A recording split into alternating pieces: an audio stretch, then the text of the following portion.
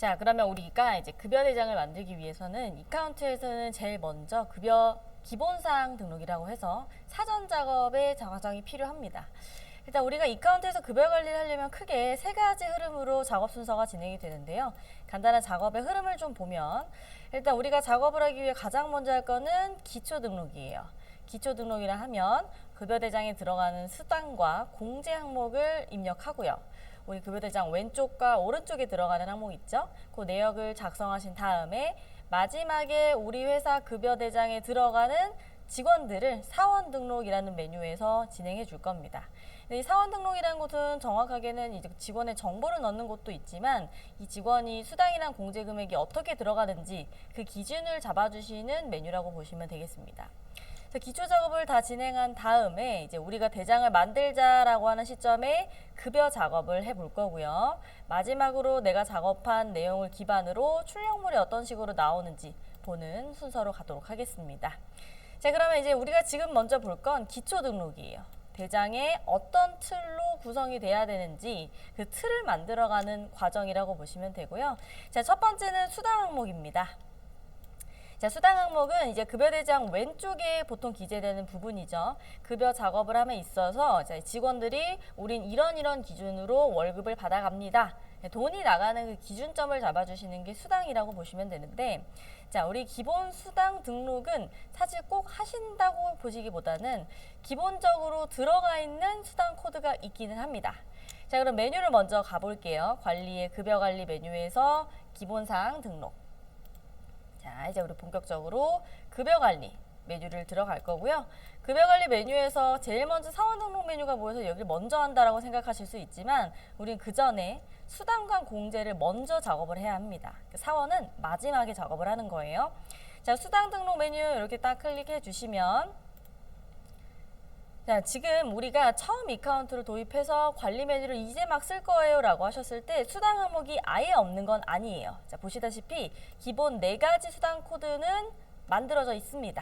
그래서 기본 급여와 식대, 차량 유지비 가장 많이 쓰시는 항목이긴 하죠. 그 3가지 항목과 상여 대장을 만들 때 필요한 수당인데 4가지 수당으로 우리는 충분히 급여 대장을 만들 수 있어요 라고 하시면 더 이상 추가는 안 하셔도 되겠죠. 다만 자, 교재에 나와 있는 것처럼 기본적으로 만들어져 있는 것 외에 우리가 필요한 수당이 별도로 있어요. 즉 이카운트가 미리 세팅해 놓은 수당 말고 우리 회사가 갖고 있는 고유의 수당 항목 또는 특이한 항목이 별도로 있어요 라고 하시면 그때는 우리가 직접 그 수당 항목 코드를 만들어 주어야 대장을 만들 수 있습니다.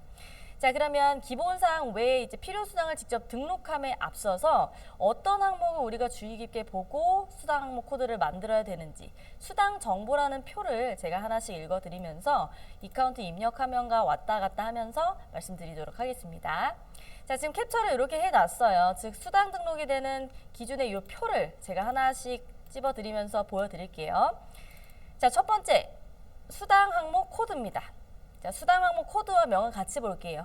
자, 코드는 이카운트에서 프로그램 관리 기준이에요. 그래서 딱 어떤 걸 해야 된다기보다는 지금처럼 기본 코드를 이렇게 짜줘놨기 때문에 이 코드와 중독되지 않은 한에서 우리 회사에서 고유하게 번호를 매겨주시면 됩니다. 프로그램 관리 기준이라고 보시면 되겠고요.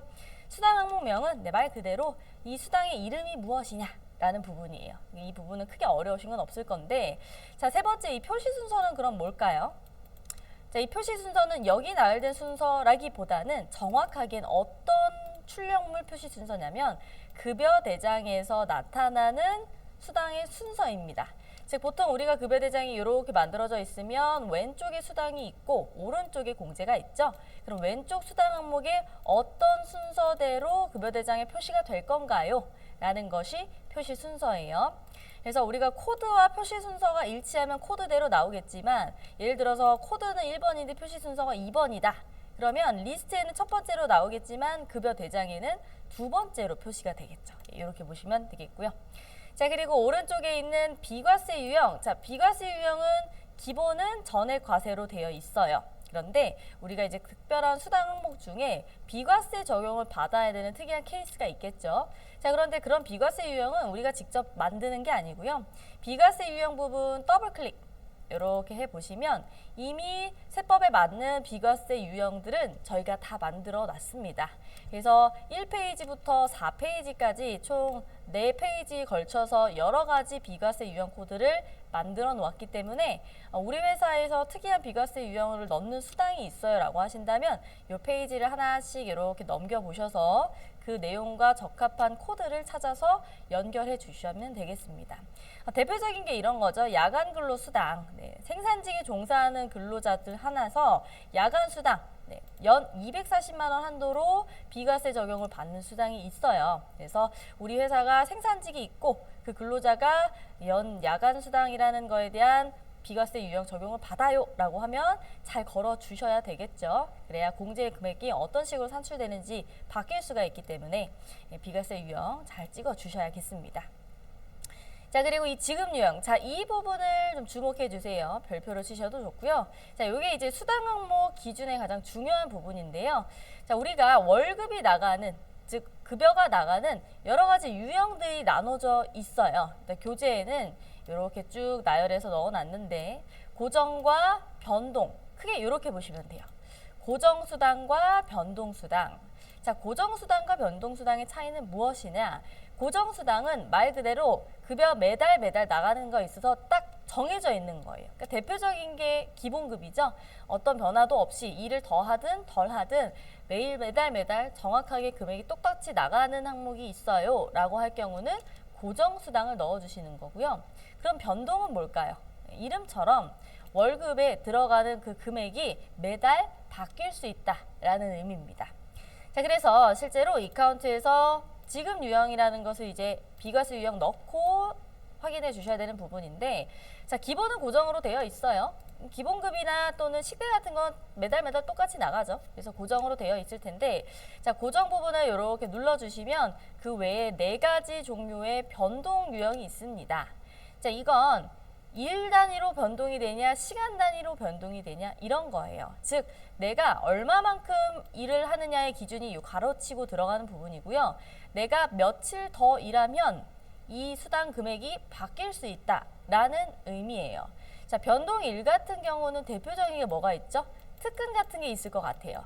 즉, 우리가 휴일 근무 하루 더 일하면 얼마 더 월급이 나갈 거예요 라는 게 있다면 특근의 기준을 보통 변동일로 많이 하실 것 같고요. 자, 변동시간, 요것도 많이 쓰시죠. 자, 요 내용이 뭘까요? 대표적인 거. 바로 야근이 있겠죠. 우리가 1시간 더 일할 때 얼마만큼 월급이 더 늘어납니다. 1시간 야근하면 1시간당 2만 원이 더 들어가요 라고 한다면 몇 시간 더 일하느냐에 따라서 마찬가지로 월급의 수당 금액이 달라질 수 있겠죠. 그래서 시간 단위로 계산을 할 것이냐. 자, 지급률은 퍼센테이지입니다. 대표적인 게 우리 어떤 부분이 있을까요? 영업사원분들 대표적이죠. 인센티브. 그러니까 우리가 예를 들어 요번 달 매출 금액이 얼마가 더 초과가 됐는데 그 초과된 매출 금액은 각 직원별로 몇 프로씩 배분해서 인센티브를 주겠다라는 게 있다면 변동 지급률로 체크를 해주시면 되겠고요. 자, 직접 입력은 공란입니다. 어떠한 계산 기준도 없이 매달 나가는 금액 또는 기준이 따로 없기 때문에 대신에 금액이 매달 바뀌겠죠? 그럼 바뀔 때마다 내가 직접 급여대장에 수기로 그 금액을 뚝뚝뚝 찍어줄 수 있다라는 내용이 있다면 변동 직접 입력이라는 항목으로 넣어주시면 되겠습니다.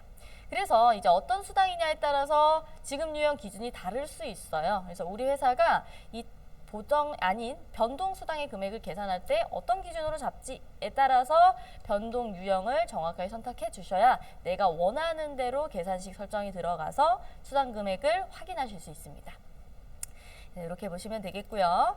지급 유형. 자, 그리고 이제 계산식은 이제 말 그대로 수당의 계산식을 직접 설정을 해야 돼요. 자, 이건 어떤 경우가 있을까요? 대표적으로 배율 설정이 있어요.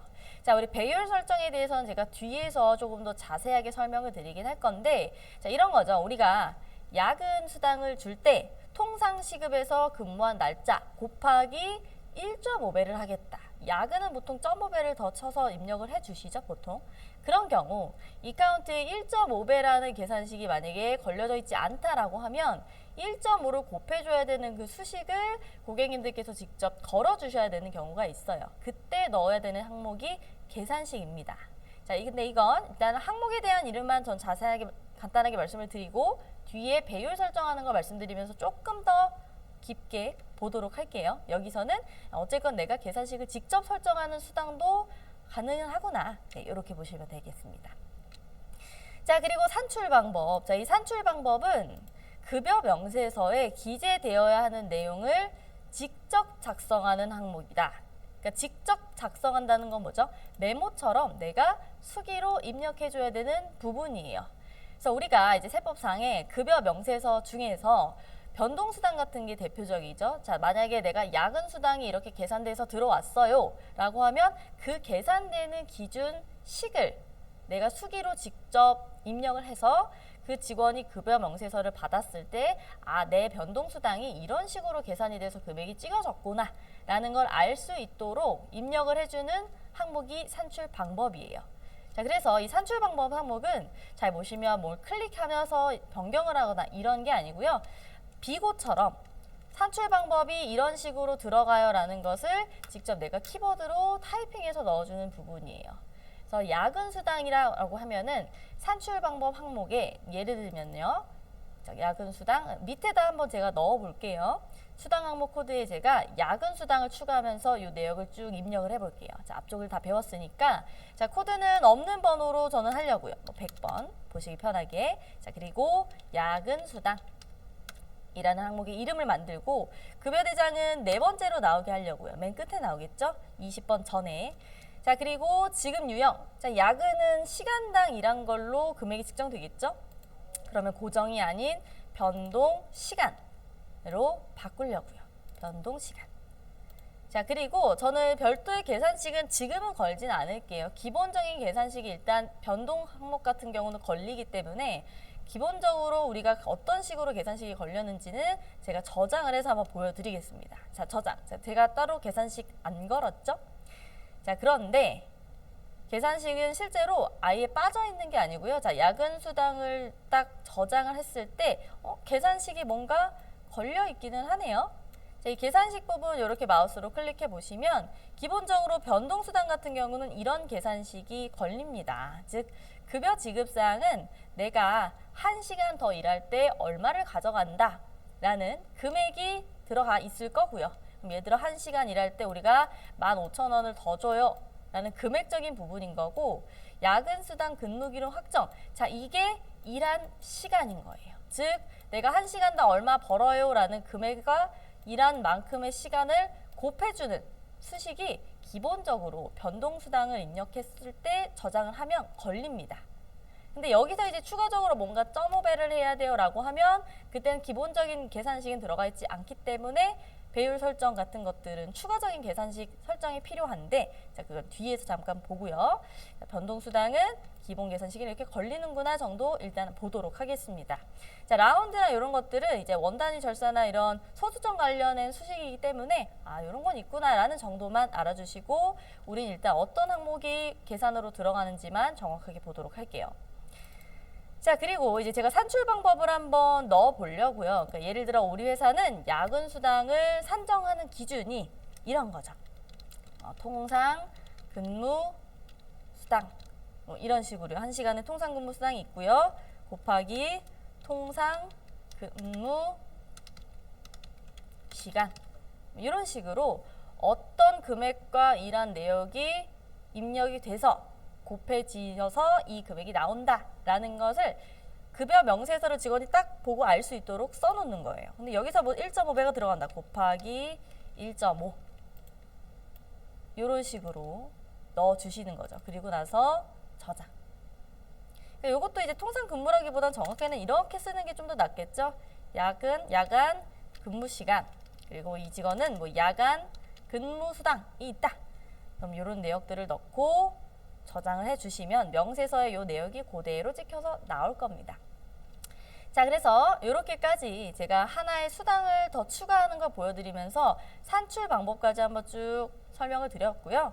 자, 20번 상여는 이미 만들어져 있는 수당 항목입니다. 왜 20번이라 부르냐면 이 코드 번호가 20번이에요. 자, 우리가 이제 급여대장 말고도 상여대장 또는 급상여대장을 또 만들 수 있기 때문에 그 상여대장 또는 급상여대장을 만들 때의 기준이에요. 이 20번 상여 항목 코드를 활용해서 상여와 관련된 대장을 추가적으로 만드는 거기 때문에 기본적으로 만들어져 있는 상여 대장은 그대로 우리가 수당 항목 만들어져 있는 걸 기반으로 찍어주시면 되겠습니다. 자, 그래서 이렇게까지 수당 정보를 한번 쭉 봤고요. 그럼 이제 다음 페이지 넘어가서 계산식과 관련된 배율 설정을 조금 더 자세하게 보도록 할게요. 특정 배율로 계산되어야 하는 수당에 계산식을 배율로 지정한다. 그러니까 대표적인 게 아까 말씀드린 야간 근로 수당이죠. 그래서 우리는 원래 곱셈식 들어가 있는, 즉 야간 근무 수당에서 근무한 시간만큼을 곱하는 건 맞는데 거기서 추가적으로 1.5배의 금액을 더 곱해야지만 전체 야간 근무 수당 금액을 산정하는 기준이 됩니다. 라고 했을 때요. 그래서 여기서의 포인트는 계산식과 배율을 우리가 직접 원하는 대로, 즉 수식을 거는 걸 할 수 있다라는 게 포인트예요. 그래서 아까 제가 별도의 계산식 그리고 배율을 지정하지 않아도 기본적으로 어떻게 나온다라고 말씀을 드렸냐면, 기본적으로 우리가 1시간 일할 때 나가는 돈과 총 일한 시간을 곱해주는 수식은 이렇게까지는 걸려 있어요. 그런데 끝에 있는 1.5배, 0.5배로 계산이 더 들어가야 돼요 라고 하는 건 기존에 만들어져 있지 않았죠. 그럼 이제 어떻게 이 수식을 변경할 수 있는지를 한번 보도록 하겠습니다. 자, 별도로 수식을 걸지 않아도 계산식이 이런 식으로 변동수당은 만들어져 있었거든요. 자, 그리고 나서 이 계산식을 이렇게 클릭해 주시는 거예요. 클릭하시고 적용 시점이라는 부분에 자동으로 걸려져 있는 구체적인 수식을 눌러서 확인할 수 있습니다. 그래서 적용 시점 이렇게 눌러보니까 기본 수식이 이렇게 걸려 있네요. 급여 지급사항 곱하기 근무기로 확정. 그런데 나는 여기다가 1.5로 곱할 거다 라고 하시면 간단해요. 밑에 있는 계산 도구를 활용해서 수식을 더 걸어주시는 거예요. 그러면 곱하기 1.5배를 하겠다. 그럼 1.5배 이런 식으로 넣고 저장해 주시는 겁니다. 생각보다 간단하죠? 자, 그렇게 우리가 이렇게 계산식을 걸고 수정이 됐으면 반드시 저장 버튼까지 눌러주셔야 돼요.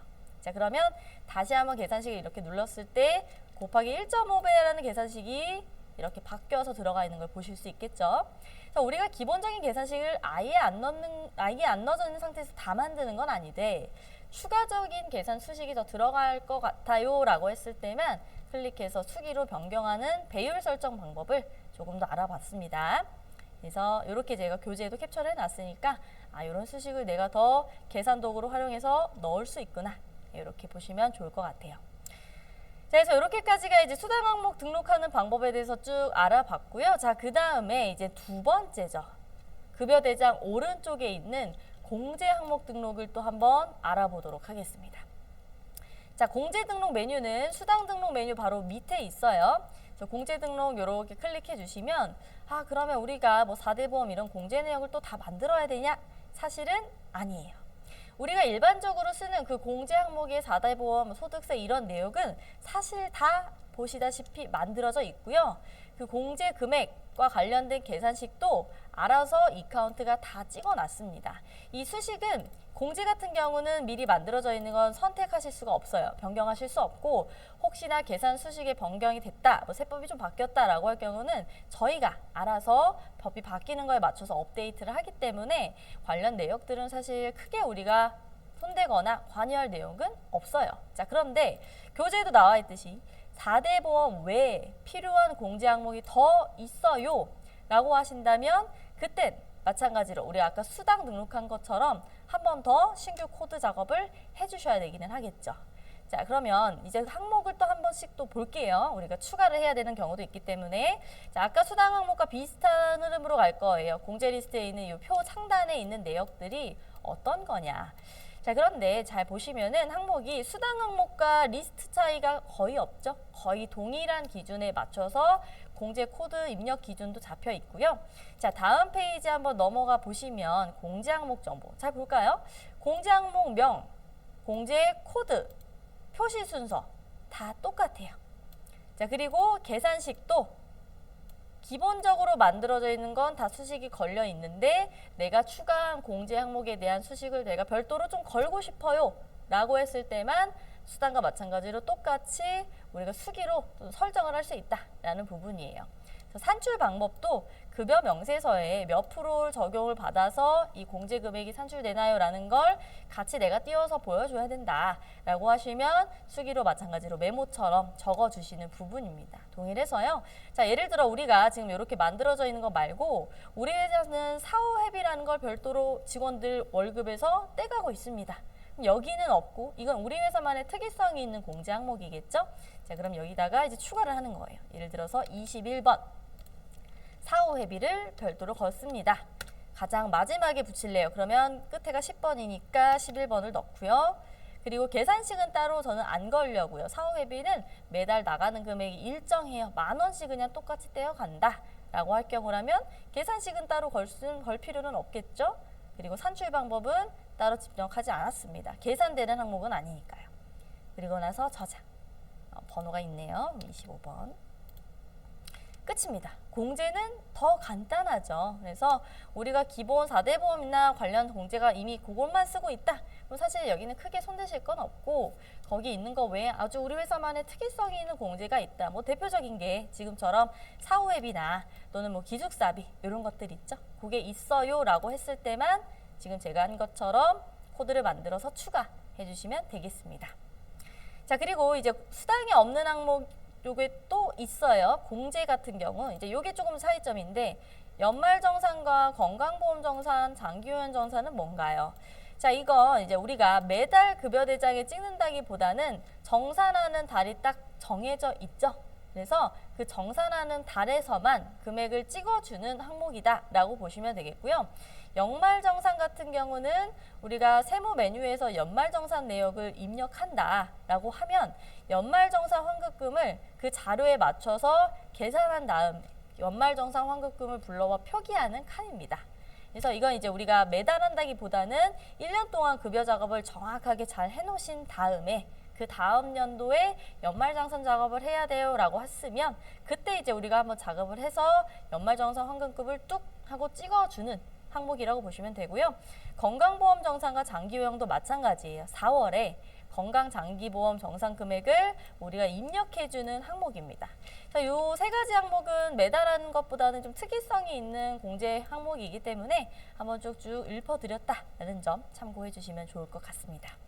자, 이렇게까지 공제 항목을 등록하는 부분을 쭉 살펴봤습니다. 자, 그럼 이제 다음 페이지. 자, 그러면 이제 마지막에 수당과 공제 항목을 넣고 사원 등록을 해주셔야 되는데 사실은 우리가 앞에 인사급여라는 메뉴에 인사관리 메뉴를 먼저 배우셨죠? 그래서 인사관리에 입력해 놓은 우리가 인사카드 자료가 있어요 라고 하면 인사관리에 등록된 사원 리스트와 연동이 돼요. 자, 어떤 의미냐? 결국은 우리가 인사관리 메뉴에서 인사카드 등록을 여기서 했어요 먼저 라고 한다면 여기 입력해 놓은 사원 리스트들이 급여관리 메뉴에 들어가셔서 사원 등록이라는 메뉴에 다시 한번 쭉 들어가 보시면 인사카드에 넣어놨던 사원이 이미 만들어져 있기는 합니다. 자, 그런데 왜 굳이 이렇게 두 개로 메뉴를 쪼가놨냐 라고 궁금하실 수 있죠. 자, 그런데 인사카드 같은 경우는 이 직원의 급여를 넣는 항목은 잘 생각해 보시면 없었어요. 즉 인사관리 메뉴를 제가 이렇게 눌러서 아까 어떤 항목들을 설명드렸냐, 이 직원의 신상정보 또는 뭐 인사자료, 뭐 경력사항, 학력사항 이런 걸 넣는 항목은 있었죠. 그런데 우리의 급여는 얼마고 공제는 어떻게 하고 이런 내용은 인사카드에 없어요. 단지 그 직원의 세부 정보, 상세, 신상 내역 이런 정보만 넣는 곳이 인사카드고요. 자, 그러면 급여 메뉴에서의 사원 등록은 어떤 식으로 될까요? 김민호라는 사원 제가 한번 눌러볼게요. 자, 그럼 인사카드에서의 탭이 사원 등록, 급여 쪽에 있는 탭과는 조금 다릅니다. 급여 지급사항과 기타 설정이라는 탭이 별도로 만들어져 있어요. 즉, 급여 관리 메뉴에서의 사원 등록은 이 직원의 급여와 관련된 구체적인 금액 부분을 별도로 입력하는 탭이 따로 만들어져 있기 때문에요. 약간의 입력 항목이 다르다라는 점 참고해 주시면 좋을 것 같아요. 그래서 우리가 이제 입력할 거는 이 직원에 대한 인사관리 작업 입력이 돼 있다면 거기에서 추가적으로 급여 지급 사항과 기타 설정 항목을 넣을 겁니다. 자, 이렇게 보시면 돼요. 급여 지급 사항은 급여 대장 왼쪽에 있는 수당과 관련된 항목이고요. 기타 설정 항목은 공제와 관련된 항목이에요. 즉 월급을 어떻게 줍니다라는 게 급여 지급 사항. 그리고 이 월급에서 내가 4대 보험이나 이런 우리 이제 나라에서 가져가는 세금과 관련된 부분이 오른쪽 공제라고 보시면 되겠죠. 자, 그럼 첫 번째로는 급여 지급 사항이라는 부분 먼저 보도록 하겠습니다. 그래서 여기 한번 메모를 해볼까요? 급여 지급 사항은 수당과 관련된 항목, 수당과 관련된 항목, 월급 나가는 기준입니다. 자, 그러면 저는 홍길동이라는 직원으로 한번 넣어보도록 할 건데요. 자, 홍길동이 직원 눌러서 급여 지급 사항 탭을 눌러보시면 위에서부터 천천히 내려가도록 하겠습니다. 자, 사원 번호와 성명은 인사카드에 넣은 것 그대로 들어올 거고요. 급여 구분은 크게 두 가지로 나누어져 있어요. 고정급이냐 변동급이냐 둘 중 하나 선택인데 이 두 가지 항목의 기준을 교재에 적어놨어요. 자, 일단 고정급은 사원마다 매달 동일한 급여를 지급한다. 즉 이 직원은 야근이나 이런 거 하는 것도 없고 매달 똑같은 월급만 나가요. 바뀌는 게 없어요 라고 할 경우는 고정급이에요. 대표적인 게 우리 회사의 임원급 분들. 자, 이런 분들은 야근이나 이런 거 하시진 않죠. 그냥 매달 딱딱딱 정해져 있는 기본과 또는 뭐 직책수당 요 정도 입력을 하시는 부분이 될 것 같고요.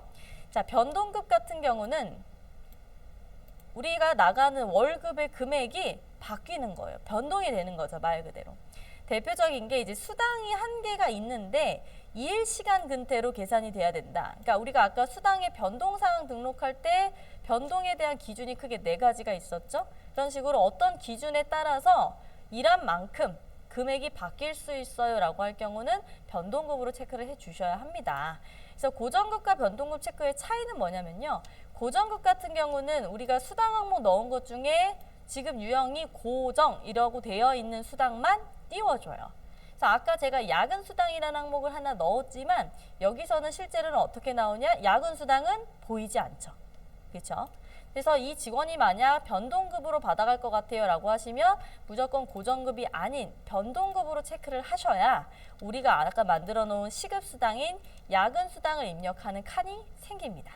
이 부분에 차이가 있다라는 차이점을 꼭 인지를 하셔서 어떤 수당을 찍어줘야 되는 직원이냐에 맞춰서 급여 구분을 넣어주시면 되겠고요. 자, 그리고 이제 오른쪽에 있는 지급 구분은 어떤 거냐면 자, 기본적으로 이렇게 돋보기 눌러보시면 1차수가 기본적으로 걸려 있을 거고요. 여러 개 차수를 골라서 쓰실 수 있습니다. 자, 이 차수는 그럼 뭔가요? 라는 기준을 또 많이 말씀을 하시는데 교재를 볼게요. 자, 차수 같은 경우는 같은 기속연월에 급여 대장을 여러 개 만드는 회사다 라고 하는 경우는 급여 대장의 구분값을 차수로 쓰시면 됩니다. 예를 들어서 이런 거죠. 우리 회사가 똑같이 6월에 월급이 나가요. 6월에 나가는데 6월 5일에는 사무직 급여가 나가요. 사무직 급여가 나가고 6월 10일에는 생산직 급여가 나가요. 그러니까 같은 달에 급여가 나가죠. 그런데 지급일이 다르고요. 지급되는 직원들도 다르죠. 사무직이냐 생산직이냐. 그러면 같은 월 6월에 두 개의 급여대장을 결국 따로따로 만들어야 되는데 그 두 개를 나누는 쪼개지는 그 기준이 차수라고 보시면 되겠습니다. 그래서 우리가 만약에 한 달에 급여대장 하나만 나와요 라고 하면 1차수로 만들어져 있는 거 그대로 놔두시면 되고요. 우리는 생산직, 사무직 나눠서 또는 뭐 경력직, 인턴, 정규직 이렇게 나눠서 급여대장을 따로따로 분리해서 만들 건데요 라고 할 경우는 지급차수를 거기에 맞춰서 구분해서 직원별로 입력을 해 주셔야 되겠죠. 네. 자, 그래서 우리가 위쪽에서 이제 기본적인 틀을 한번 봤고요. 자, 그 다음에 이제 밑에 있는 고정수당, 시급수당 이런 것들은 각 수당 항목별로 금액을 넣어주시는 부분이에요. 그 금액을 넣는 기준은 한 달 월급 기준입니다. 그래서 금액은 이제 우리가 어떤 수당에 넣느냐에 따라서 넣어주시면 되는 건데요. 그래서 보시면 위에 고정수당은 매달 일정하게 나간다. 네, 대표적인 급여가 한 달에 200만 원 나가고요. 식대는 20만 원 나가요. 그리고 차량 유지비는 5만 원씩 고정적으로 이 직원은 월급에 뚝뚝뚝 나갑니다. 라는 것을 고정수당이라는 항목에 넣어주시는 거고요. 자, 두 번째 시급수당이라고 하는 건 금액은 넣어놓지만 월급에는 이 금액이 들어갈 수도 있고 다른 금액이 찍힐 수 있어요. 즉 시급수당은 이 직원이 1시간 일할 때, 더 일할 때, 밤에 야근을 할 때 얼마를 더 준다라는 계산 기준입니다. 그래서 예를 들어 1시간 더 일하면 2만 원을 줍니다 라고 하면 이 변동수당, 시급수당 같은 경우는 이 2만 원의 금액이 그대로 급여에 들어오는 게 아니고요. 이 사람이 이번 달에 야근을 몇 시간 했습니다라는 그 근무 내역이 찍히면 그 근무한 시간에 맞춰서 여기 입력해놓은 야근수당 금액을 계산해서 총 금액을 찍어주는 게 변동수당 쪽입니다. 그러니까 예를 들어 제가 지금 1시간 야근하면 2만 원을 준다고 했는데 급여대장을 만들 때 이 직원이 이번 달에 10시간을 근무했습니다. 야근을 했어요. 라고 하면 그 수당 항목의 실제 금액은 얼마가 나올까요? 2만 원 곱하기 10 해서 20만 원이라는 금액으로 수당 금액이 찍히겠죠. 그래서 이 금액은 실제로 급여대장에 그대로 도전급처럼 나오는 게 아니고 근무를 얼마나 더 했느냐에 맞춰서 계산돼서 나오는 계산식의 기준이다. 이렇게 생각을 해주시면 좋을 것 같습니다. 자, 그리고 이제 밑에 보시면 월정공제라고 있는데, 자, 여기 월정공제의 포인트는 우리가 알고 있는 4대 보험 같은 공제 항목을 넣는 곳은 아닙니다. 그래서 교재에 딱 써놨어요. 4대 보험 외에 매월 공제하는 항목, 즉 우리가 아까 만든 공제 항목에서 추가적으로 등록한 공제 항목들 있었죠? 4대 보험 외에 사후회비나 또는 뭐 기타 공제, 우리가 알고 있는 그 공제 외에 우리가 추가적으로 이 회사의 특이성에 맞춰서 등록하는 게 있어요 라고 했을 때만 그 공제 항목이 이 월정 공제에 들어가 있을 거예요. 그래서 예를 들어 우리 사후회비 아까 추가를 해놨는데 매달 10,000원씩 여기서 월급에서 떼간다. 그러면 사후회비 부분을 10,000원 이렇게 찍고 저장해 주시면 되겠죠. 자, 그래서 이제 우리는 지금 급여대장 왼쪽에 있는 급여지급사항, 수당과 관련된 항목의 금액을 한번 쭉 넣어봤어요. 자, 그 다음 어떻게 하셔야 될까요? 왼쪽을 넣었으니까 이제 오른쪽을 넣는 기준을 또 잡아주셔야 되겠죠. 그래서 기타 설정 탭. 자, 이 기타 설정 탭은 공제와 관련된 항목입니다. 다른 의미로 하면 이제 세무 쪽이라고 말씀을 좀 드리긴 하죠. 우리 월급에서 세금을 나라에서 떼갈 건데 어떤 세금을 떼갈 거냐. 그 외에도 뭐 국민연금, 뭐 고용보험, 건강보험 이런 것들 어떤 기준으로 떼가나요? 라는 기준을 세워주셔야 기준에 맞춰서 프로그램이 공제 금액을 찍어줍니다. 계산은 자동으로 하지만 그 계산이 되는 기준을 명확하게 세워놓아야 우리가 알고 있는 그 금액을 보여줄 거예요. 자, 그래서 기타 설정 탭 홍길동 직원으로 계속 저는 해볼게요.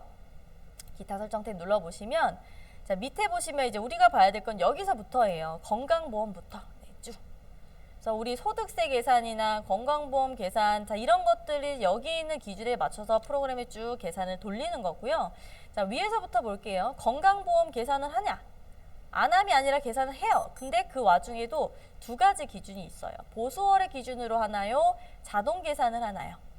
자, 보수월의 기준과 자동 계산의 차이는 뭐냐면 일단 일반적으로는 보수월액, 그 다른 의미로 기준소득월액이라고 하죠. 즉 이 보수월액은 이 공단에서 건강보험을 우리가 계산해서 가져가는 공단에서 이 직원이 1년 동안 이제 기준 한 달에 소득을 얼마씩 하고 있어요, 갖고 있어요, 벌고 있어요 라는 것들을 나라에서 다 찍어놓은 기준이 있을 거예요.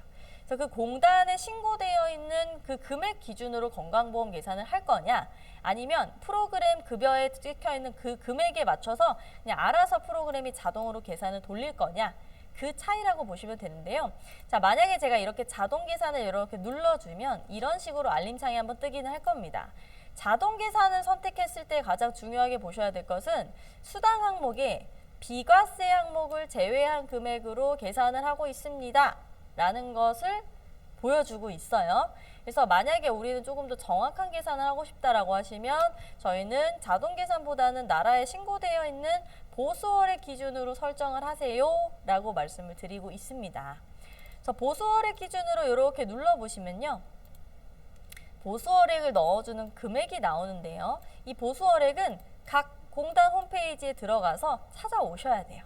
수기로 써주시는 부분이고요. 그래서 따로 연동은 되지 않기 때문에 우리가 찾아온 금액을 여기 이렇게 뚝 넣어주시는 거예요. 결국은. 네. 자, 그리고 이제 국민연금과 고용보험도 마찬가지입니다. 그래서 밑에 따로 내용이 막 엄청 자세하게 적혀져 있지는 않은데 결국은 여기도 이 관련 항목, 공제 항목의 계산 기준을 뭘로 잡아줄 거냐라는 것을 체크하는 부분이에요. 국민연금 계산할 건가요? 안 할 건가요? 뭐 나이가 좀 이제 많이 차셨다라고 하면은 국민연금 안 내실 때도 있겠죠. 근데 만약에 낸다라고 하면은 어떤 기준으로 국민연금을 내고 있나요? 기준 소득액을 또 찾아서 금액을 넣어 주셔야 되는 거고요. 고용보험도 계산을 하는 기준이 보수월액으로 할지 자동 계산으로 할지 선택할 수 있습니다. 그래서 뭐 안 하는 경우는 이제 대표적인 게 대표님들은 고용보험 계산을 안 하겠죠. 근데 그 외에 일반 직원이다라고 하면 보수월액으로 할지 자동 계산을 할지 선택한 다음에 보수월액 같은 경우는 네, 우리 공단에 신고되어 있는 그 금액을 찾아서 넣어 주시는 거예요. 네. 자, 그 다음에요. 이제 밑에 보시면은 배우자 그리고 공제 대상 가족 수를 입력하는 부분이 있는데요. 자, 이건 어떤 기준을 세워주는 곳일까요?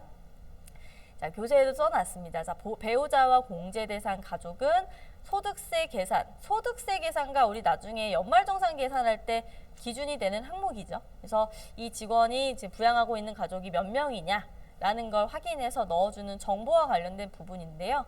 그래서 기본적으로 우리가 위쪽은 배우자가 더 먼저예요. 배우자가 있는지 없는지 그리고 배우자가 공제 대상 기준인지 아닌지를 체크해 주시는 부분이고 자 그러면 이 본인과 내 본인과 배우자를 제외하고 예를 들어 우리가 부양하는 조부모님 계세요 또는 자식이 있습니다. 자녀가 있어요 라고 하면은 그 자녀는 몇 명이고 공제 대상 가족 중에 8세 이상 20세 이하 자녀가 몇 명이 있느냐라는 거를 찍어주시는 거예요. 그래서 예를 들어서 우리 지금 부양하는 가족 중에 자식이 2명이에요. 그러면 공제 대상 가족은 2명이겠죠. 2명인데 그 중에 1명이 고등학생이에요. 그러면 8세 이상과 20세 이하에 들어오는 나이죠.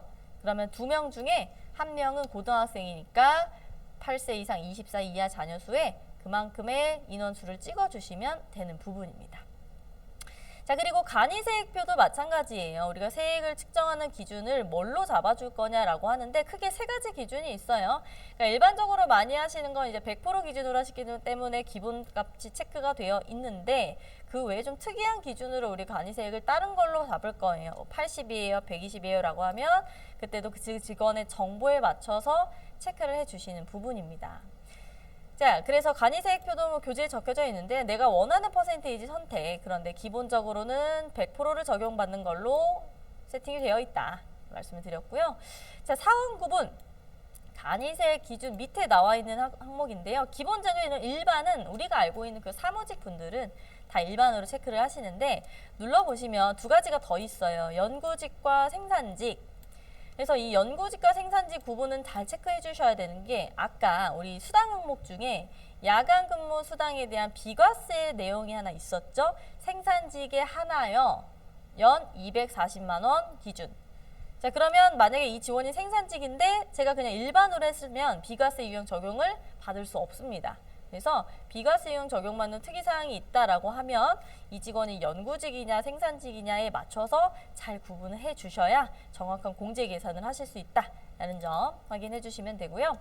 자, 나머지 밑에 내용은 따로 제가 설명드린다기보다는 그 관련된 항목의 정보를 고객님들께서 이제 찾으셔서 거기에 맞춰서 그 정보를 체크해 주시는 부분이에요. 그래서 뭐 종교 관련 종사자냐 그리고 뭐 세대주냐, 무주택자냐, 뭐 이런 것들도 이제 나중에 연말정산 계산한 기준으로 들어가겠죠. 그리고 이제 밑에 보시면 감면소득 적용 여부.